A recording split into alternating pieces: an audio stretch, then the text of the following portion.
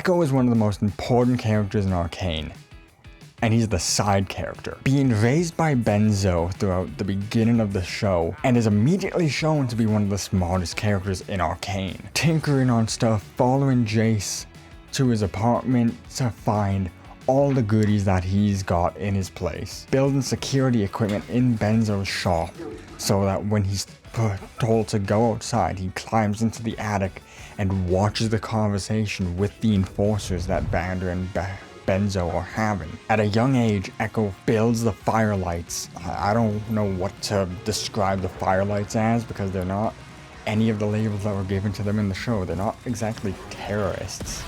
That was Silco's stuff. They were just sort of had the blame pinned on them because Ekko has a weird owl mask that he wears in public most of the time throughout season 1. Him and the Firelights are tampering with Silco's drug runs and shipments, trying to get Shimmer off the streets of Zaun, even managing to get some of Silco's top goons into prison. Unfortunately, he also loses many of his own people because of his mission. Lost. The price of our freedom.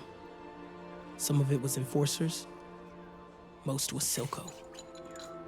While this is all happening, Ekko had tried to get to Powder. He had tried to help her, but she had become a lost cause under the influence of Silco. He didn't know Vi was alive still. He thought she was dead. There were so many people on the mural that he had for all the people that they had lost. All he was trying to do was get the Hex Gem. So finding out that Vi is alive immediately softens him. From that point on, in episode 7, he does not put that mask back on because of Vi. How long have you had those off? How long have you been whining?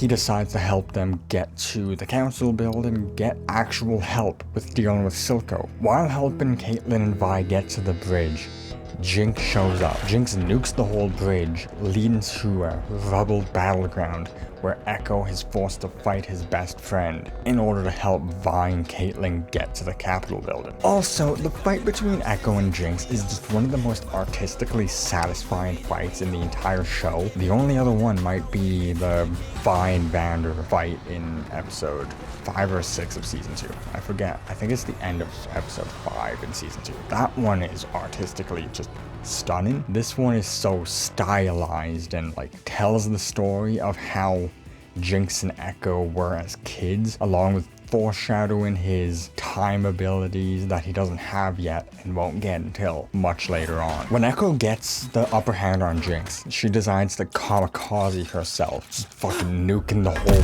bridge, leading to Ekko barely surviving and finding Heimerdinger under the bridge, who had been outcast from the top side. Because Heimerdinger is willing to help Ekko in that moment, Ekko decides to bring him back to the Firelights camp. Is it shocking to find out that that was pretty much everything that Ekko had done in season 1? Because shit's about to fucking skyrocket in terms of his skill level. At the beginning of season 2, Ekko and Heimerdinger find out that the tree that Ekko has built the Firelight space around is dying, and it's because of Hex Tech. They decide to sneak into Jace's workshop inside of the council building, where they're immediately caught by Jace because he's just sleeping at the desk after his thing with Victor dying and then coming back and then not being the same and just walking away. That's for a future video. After a bit of convincing and showing Jace the evidence of what Hex Tech is doing to the plant life, he decides to bring them down to the power source of the Hex Gates, a massive dome of dozens of possible hundreds of hex gems and stones and condensed power. Above ground. The mesh is above ground, but we weren't sure what would happen if the gate overloaded, so we installed a failsafe at the base. So instead of it exploding in your neighborhood, it would blow up in ours. That is feeding its excess energy into the sewage system, air vents, anything, just going into the ground, which is directly linked to the fissure system of Zaun. When they get down there, they find out that the Hex Gate's power source is surgeon. They're all sent into parallel universes, where Ekko finds out when he's eventually thrown into the alternate universe that Heimerdinger had been there for almost a year, I think. I forget what the number of days he had said. How long have you been here? 1,128 days, 6 hours, and 20 minutes.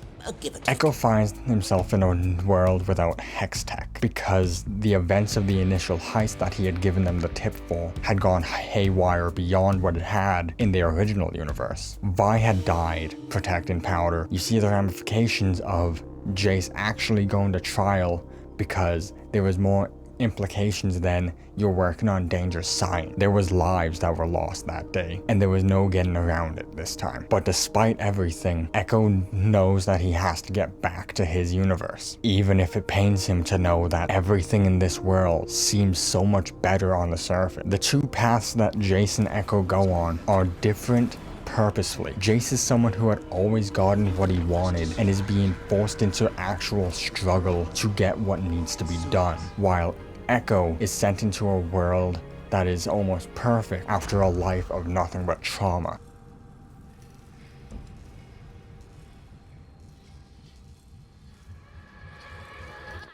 No matter what, this is not his life. He needs to get back. He manages to get Powder to help him and Heimerdinger build a machine, using chunks of the hex gems that had blown up in Jace's apartment as the power source to figure out a way to create the anomaly in an isolated environment to send him back home. He managed to create a time machine with extreme consequences past 4 seconds.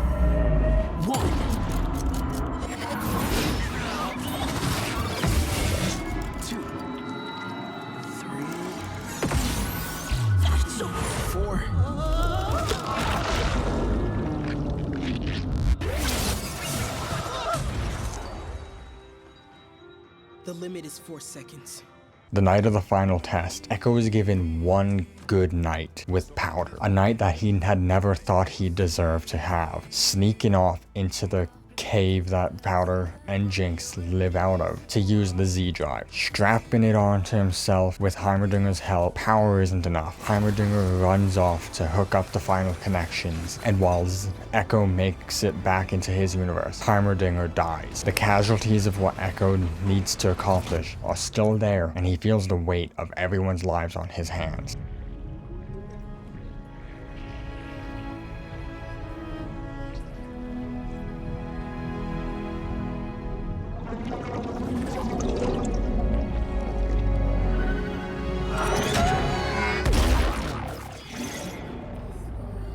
When he shows back up in his universe, it seems like it's immediately as Jinx is trying to kill herself, because you leave and show up in the same place in both worlds, because like Ekko's in the cave with the blimp thing and Powder's helping him build the drive, and then he gets brought into his universe into the exact same like blimp that is broken down inside this cave, except the whole scenery is different.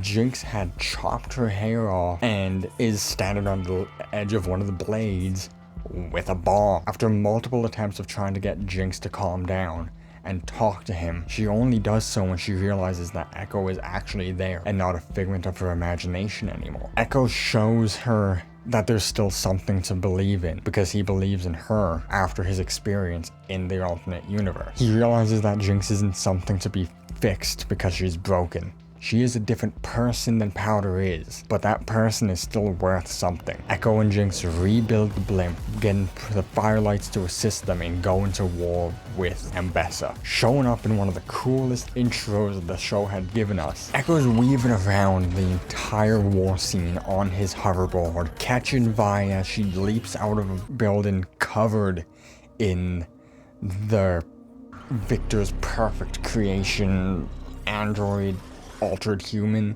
I don't know what the fuck they're called, but anyways, he manages to bring back Vi and Jinx just before they crash into the hex gates, getting knocked out in the collision and only waking up when Victor is shooting these weird ass tendril things to mind control the rest of the actual people.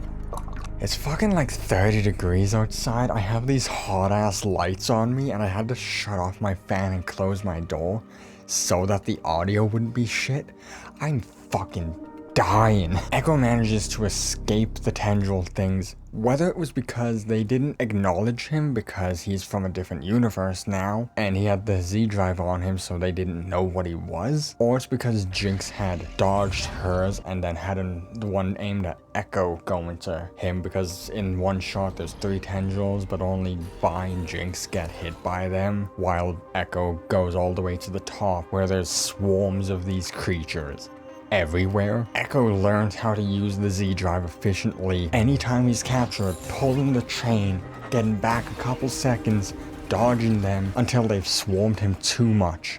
And every time he pulls the chain on the Z drive now, he just gets sunken back into them, crushing him. He decides that he has to pull the trigger and crank the timer past 4 seconds, because no matter what, either the Z drive blows up, killing everyone, Victor wins killing everyone, or it works. Backing time up enough for him to have a mid-operation Z drive and chucks it at Victor, catching Victor off guard for long enough that Jace is able to get an edge in word-wise and convince him of what's actually going on, leading to Jace and Victor's self-sacrifice and ending the creature side of the war, because well, Mbessa was killed and like there's all the collateral damage of the war. There's still so many fucking people who were killed off, so like there's still repercussions. The war didn't just end immediately after Ekko threw a bomb. At the end of the show, we're shown that Ekko was burning a note like all the others who had lost someone that day. We are not shown who the note is for. We just know it was either from Jinx or Powder. Like, that's just like my incoherent ramblings on the character, because there's so much cool shit and there's so much more stuff they could have done with Ekko. He's such a cool character. If he had built the Z drive earlier than episode 7, I also still fucking believe episode 7 should have come before the time skip, and they should have given Jinx, Vi, and Caitlyn storylines for what happened during the time skip, because they gave one to Ekko, Jace, Mel, and even Heimerdinger because he's with Ekko for the whole thing. But they're all given their own episode to show what they went through during the time skip. The other half of the main characters, and like I had said before, my belief that Vi is the main character and should have been the main character in season 2 like she was in season 1. Giving them actual like episodes to show the time skip, not just montage, montage, montage, montage. Because like Jinx and Caitlyn are showing their little montages of Jinx is hiding away and Isha's taking her place, and Caitlyn's becoming a dictator. That was the montage that they got, and Vi got the cocktail Molotov montage. There have been montages for character introductions with Ekko too. Season 1 episode 7 had the intro. Like, usually there's like actual intro like scenes of before the title sequence, but in episode 7 it is Pusha T's Misfit Toys playing as like a music video before the intro of Enemy. Quick side tangent, why the fuck is there like 30 different versions of Enemy on every music platform? Because I use YouTube Music. Why is Enemy got like 30 different variations of it, and like half of them say Jid's on it, but then he isn't actually on it, and it's just Imagine Dragons like third verse? Back ain't talking second, pack it up on panic, batter up, who the baddest, it don't matter, cause like I'm trying to find the version, and like I add the wrong version to the playlist while I'm making a new playlist. I'm listening to the wrong version, and then I have to search through, skip to the third verse to see if this one's the one with Jid. This is a really big tangent. Jesus fuck. I should get diagnosed for some shit.